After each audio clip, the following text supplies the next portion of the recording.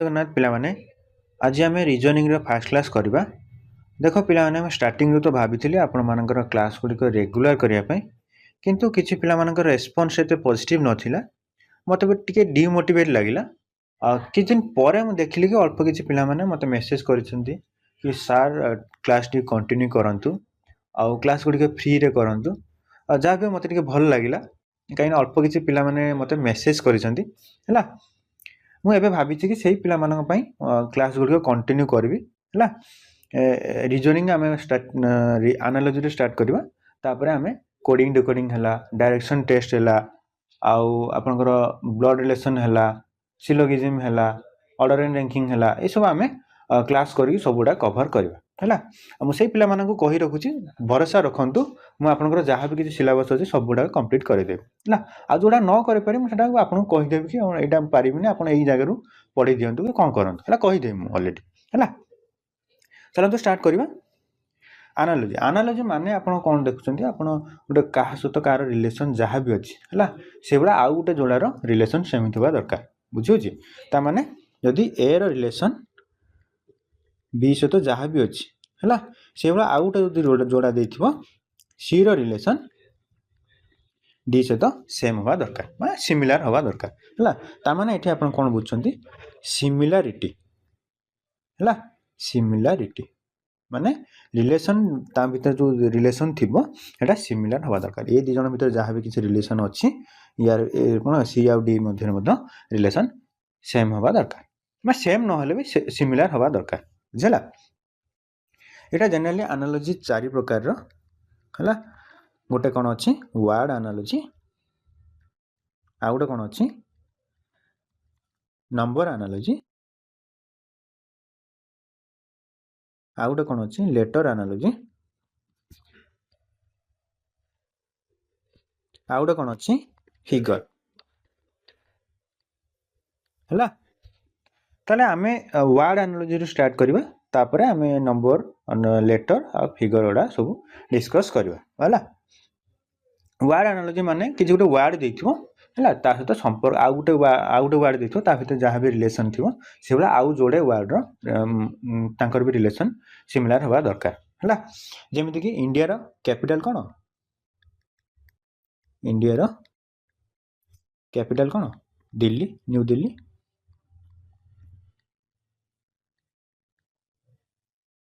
ହେଲା। ସେଇଭଳିଆ ଆଉ ଗୋଟେ ଦେଇଥିବ କ'ଣ ୟୁଏସ୍, ୟୁଏସ୍ର କ୍ୟାପିଟାଲ କ'ଣ ୱାଶିଂଟନ୍ ଡିସି, ୱାଶିଂଟନ୍ ଡିସି ହେଲା।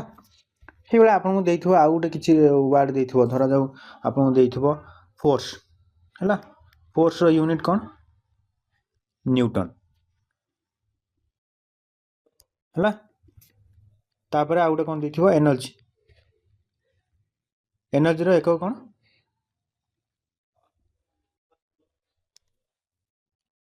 ଜୁଲ୍ ହେଲା। ତାମାନେ ଫୋର୍ସର ଏସ୍ଆଇ ୟୁନିଟ୍ କ'ଣ ଆପଣଙ୍କର ନ୍ୟୁଟନ୍ ହେଲା। ସେଇଭଳିଆ ଏନର୍ଜିର ଏସ୍ଆଇ ୟୁନିଟ୍ କ'ଣ, ଏସ୍ଆଇ ୟୁନିଟ୍ କ'ଣ ଜୁଲ୍, ବୁଝିହେଲା। ସେଇଭଳିଆ ଫୋର୍ସର ଆଉ ଗୋଟେ ୟୁନିଟ୍ ମଧ୍ୟ ଅଛି ହେଲା, ଆଉ ଗୋଟେ ୟୁନିଟ୍ କ'ଣ ଡାଇନ୍ ହେଲା। ସେଇଟା ଆପଣ କେଉଁ ସିଷ୍ଟମରେ ସିଜିଏ ସିଷ୍ଟମରେ ଆଉ ଗୋଟେ ୟୁନିଟ୍ ଅଛି ହେଲା। ଏନର୍ଜିର ସେଇଭଳିଆ ସିଜିଏ ସିଷ୍ଟମରେ କ'ଣ ୟୁନିଟ୍ ଅଛି ଅର୍ଗ, ବୁଝିହେଲା।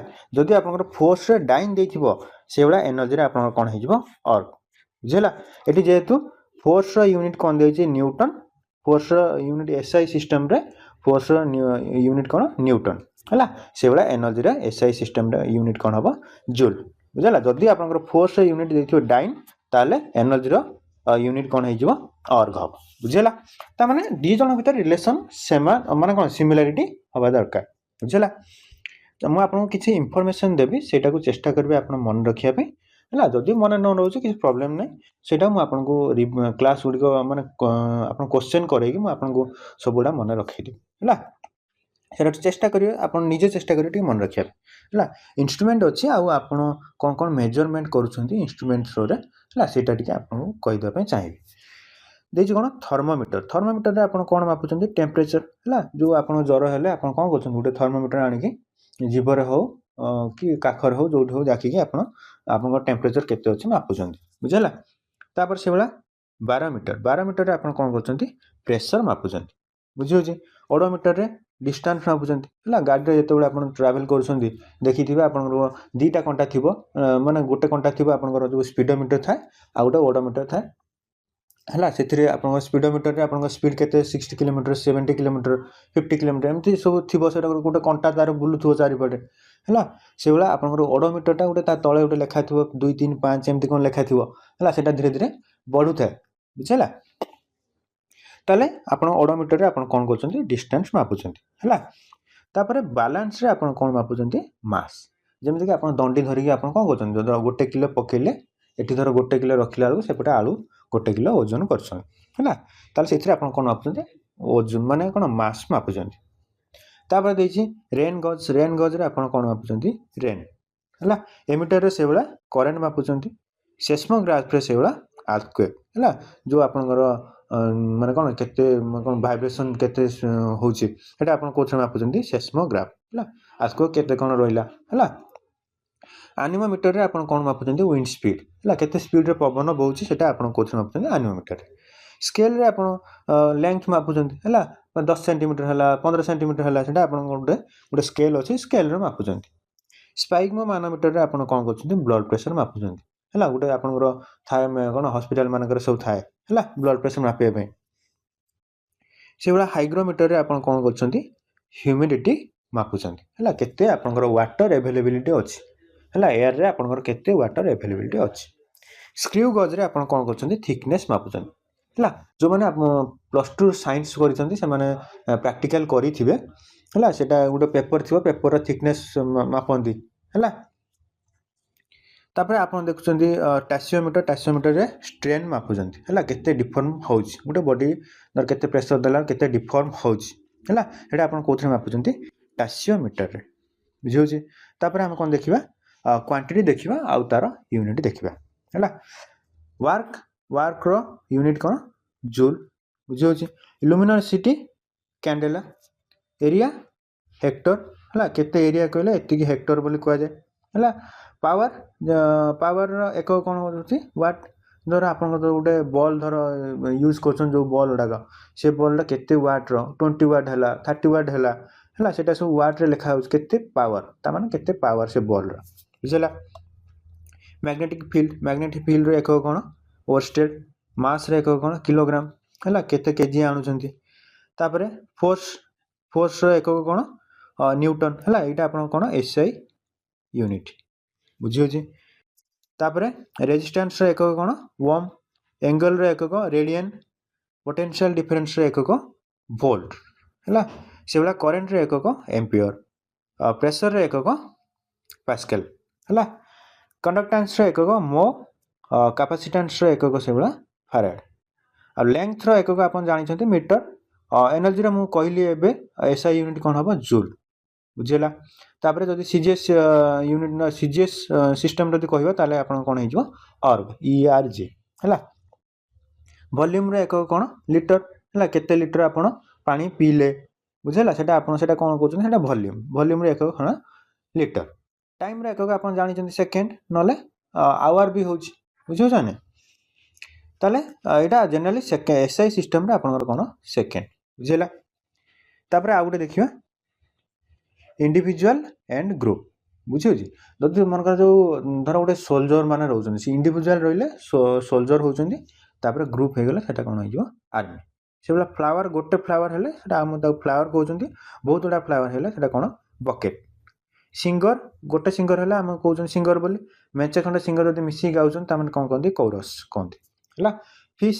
ଫିସ୍ର ବହୁତ ଗୁଡ଼ା ଫିସ୍ ଯେତେବେଳେ ଗୋଟେ ଜାଗାରେ ଯାଉଛନ୍ତି ସେପଟେ ଦେଇକି ହେଲା। ଆପଣ ନ୍ୟାସନାଲ ଜିଓଗ୍ରାଫିରେ ଦେଖିଥିବେ ମେଞ୍ଚେ ଖଣ୍ଡେ ମାଛ ଗୁଡ଼ା ଛୋଟ ଛୋଟ ମାଛ ଗୋଟେ ମାନେ କ'ଣ ଗୋଟେ ବାଟ ଦେଇକି ଯାଉଛନ୍ତି ସବୁ ମାଛ ଏକା ସାଙ୍ଗରେ ତ ସେଇଟାକୁ ଆପଣ କ'ଣ କହୁଛନ୍ତି ସୋଲ୍। ରାଇଡର ମେଞ୍ଚେ ଖଣ୍ଡେ ରାଇଡର ଏକା ସାଙ୍ଗରେ ଗଲେ କ'ଣ କାଭାଲକେଡ୍ କୁହାହେବ। ତାପରେ ମ୍ୟାନ୍ର ଆପଣ ଜାଣିଛନ୍ତି କ୍ରାଉଡ। ସେଇଭଳିଆ ନୋମାଡ୍ସର ହର୍ଡେ।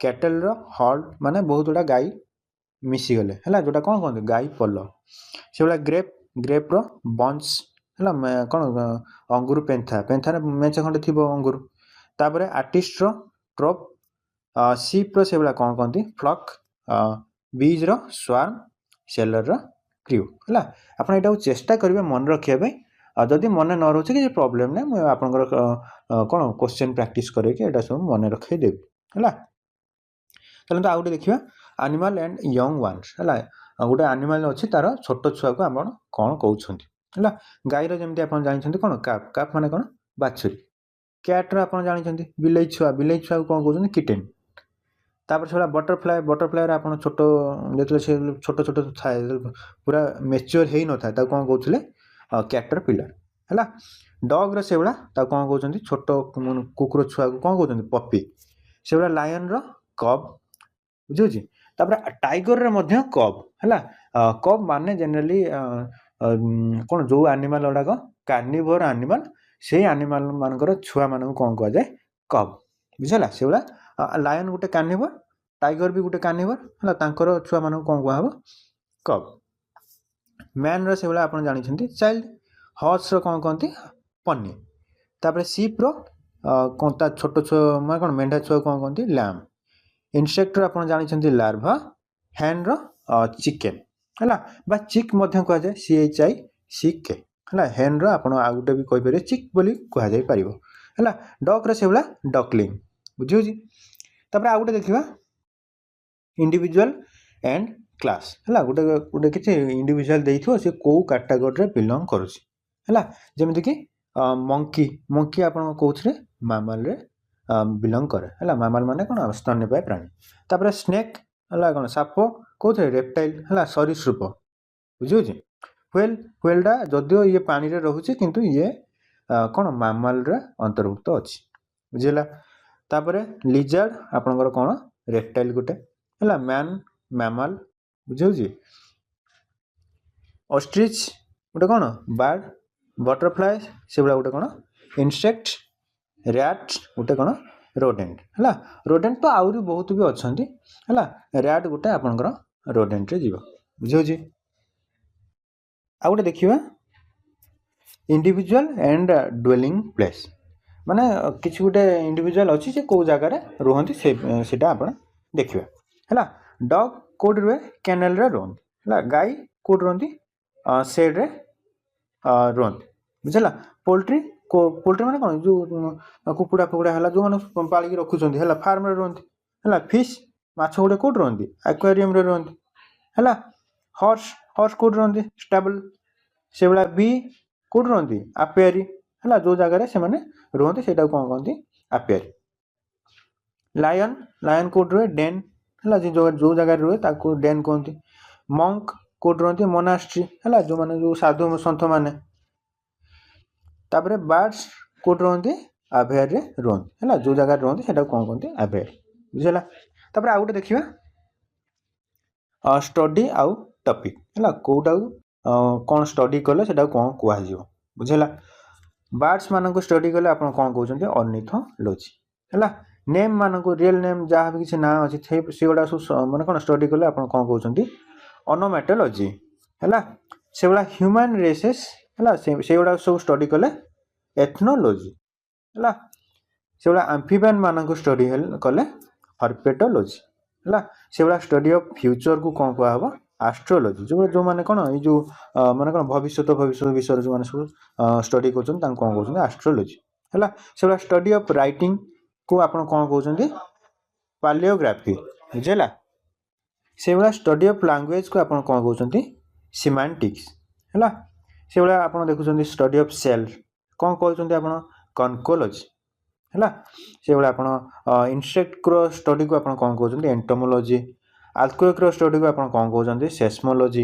है प्लांट स्टडी को आप जानते बॉटनी है एनिमल स्टडी हो गले आप कौन कहे जूलॉजी बुझेगा तापर सुपर नेचुरल स्टडी को आप कौन कहते अकल्टिज्म बुझेगा से भाया स्टडी ऑफ रियलिटी कौन कहते ऑन्टोलॉजी है study of disease pathology study of man anthropology study of fishes ichthyology study of kidney nephrology आपण जानिछन्ती किडनी रे कोन छोट छोट नेफ्रॉन सब थाए हला तो सेइथिरे आपण नेफ्रोलोजी आछि तापर स्टडी ऑफ स्कल एटा कोन क्रानियोलॉजी हला study of blood haematology study of fungi mycology study of animal मु एटा स्टार्टिंग रो कहि देथिली जूलॉजी बुझला चेष्टा करिवे एडा सब मन रखिया पे जदि मन न रहला भी किसी प्रॉब्लम ना आमे क्वेश्चन प्रैक्टिस करबा बुझला चलंतु एबे किछि हमें क्वेश्चन देखि दबा जहा भी किछि पढैले सेटा आपनकर केते मन अछि सेटा टेस्ट कर दबा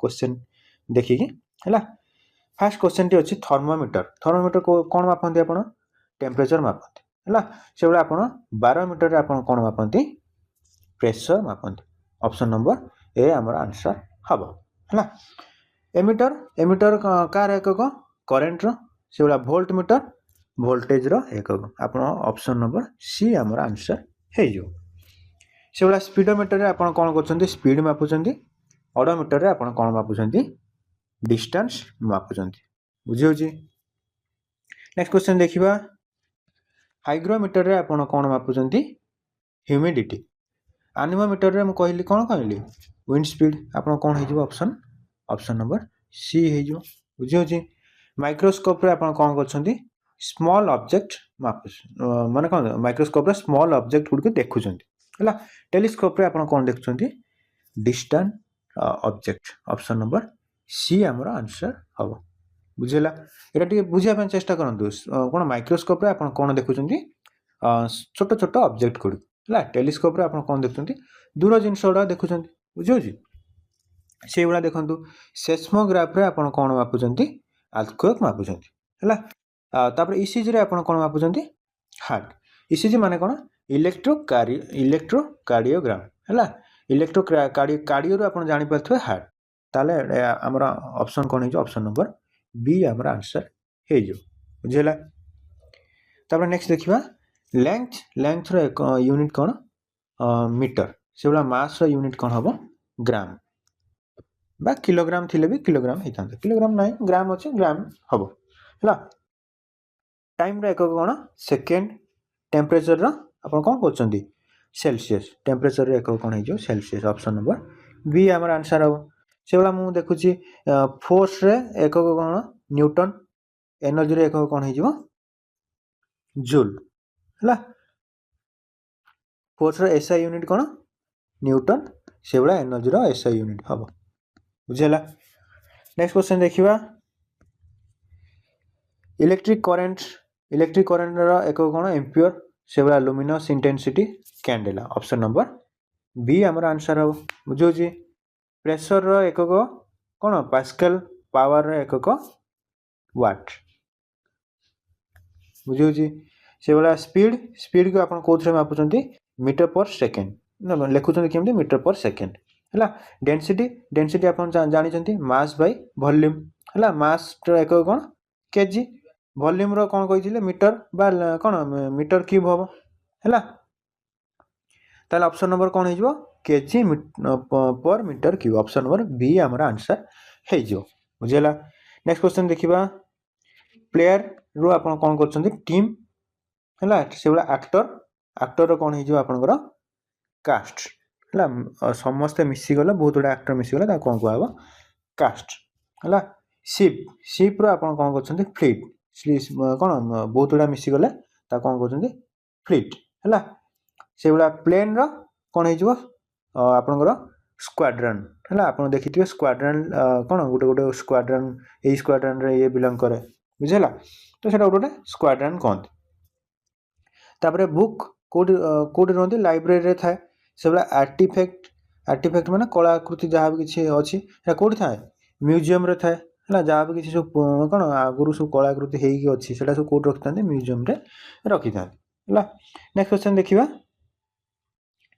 काउ रो यंग वन कोन हे जो कैप डॉग रो सेबला कोन हबो पप्पी मोटा कहि के आसिली बुझेला ते देखंतु हॉर्स रो कोन आपनकर फोल गोट रो आपन कोन किड हला गोट रो आपन कोन हे जो किड एटा टिके मन रखिए मोटा सेठी माने कोन से लेखिनी कि एटा टिके मन रखिबे बुझेला तापरे लायन रो आपनकर कोन यंग वन कोन हे जो कब सेबला फ्रॉग रो आपन कोन हे जो टैडपोल हला जो छोट फ्रॉग माने कौन मेच्योर हवा पूर्व जो कौन बेंग फुला थाए है टैडपोल माने बेंग फुला था बुझेगा।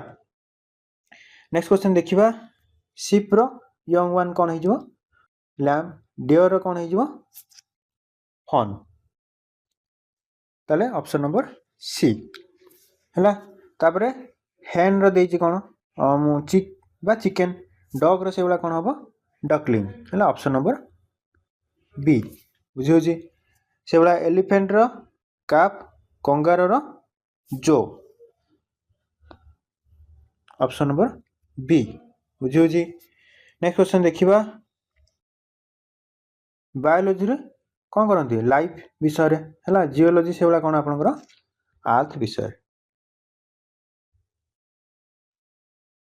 बुझेगा से भाया एस्ट्रोनॉमी कौन स्टार बॉटनी का प्लांट है बॉटनी माने प्लांट रो स्टडी को आपन कौन कहते बॉटनी स्टार रो स्टडी को आपन कौन कहबे एस्ट्रोनॉमी से भाया इकोनॉमिक्स रो का विषय पढ़ुछन वेल्थ से भाया सोशियोलॉजी रो आपन का विषय सोशियोलॉजी रे आपन कौन पढ़ुछन सोसाइटी विषय पढ़ुछन बुझेला।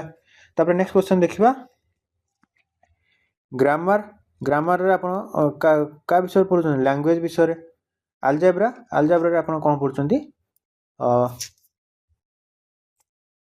मैथमेटिक्स है ऑप्शन नंबर ए आमर आंसर हो बुझेगा। हिस्ट्री आप कौन सब पढ़ुं पास्ट विषय से भाया जोग्राफी आप कौन पढ़ुं अर्थ है तापर अच्छी फिजिक्स रे आपन कौन कौन एनर्जी विषय आप कौन पढ़ुं फिजिक्स रे से भाया केमिस्ट्री रे आप कौन पढ़ुं मैटर है केमिस्ट्री रे आप कौन कौन पदार्थ गुड़िक अच्छी है से विषय आप कौन पढ़ुं केमिस्ट्री रे पढ़ुं है टोटाल आम 30टा क्वेश्चन आज डिस्कस कले मुझे चेष्टा करी कि नेक्स्ट क्लास रे आपन टिके आउ किछि अलग अलग क्वेश्चन डिफरेंट टाइप रो क्वेश्चन आनिबी आ प्रीवियस क्वेश्चन कौन कौन थिला सेटा मध्ये मु नेक्स्ट क्लास रे चेष्टा करी कि आनिया पय हला आपन जो मैथ क्लास सेटा मु एबे ठारू कंटिन्यू करबे आपन ओरिड होबार किछि नै किंतु मते टिके खराब लागिला कि काहिना बहुत उडा पिला एको रेस्पोंड करू नथिले अल्प किछि पिला माने करिसंती मते टिके भल लागुछि हला एबेठु मु भाबी कि टिके क्लास आम टिके अधिक समय पर्यंत रखिक आ भल से टिके डिस्कस करबा हला आज रो क्लास टिके मु एबे एतिक रे ही शेष करूछि आ नेक्स्ट क्लास जोडा सब रहइबो टिके अधिक इंफॉर्मेशन दवा पे हला एबे टिके रेगुलर क्लास करबा हमें नहले टिके कोर्स सारिया टिके माने डिफिकल्ट हो जिवो हला एटली जो पिला माने एक्चुअली सीरियस होछन से मानो पई रिसोर्सेस मिलबा निहाती दरकार बुझला। आउ जो माने चैनल को सब्सक्राइब करि नांती चैनल को सब्सक्राइब करि दियंतु मु आपन को सबु क्लास रो गोटे गोटे करी कोन जा भी किछि रिसोर्सेस मो पाखर अछि मु सेटा टेलीग्राम रे देई देबी आ क्लास गुडी को आपन को YouTube चैनल रे छाडी देबी बुझला। मु आज एतिक रे रखिछि काली पुणी देखा बुझला रहउछि नमस्कार।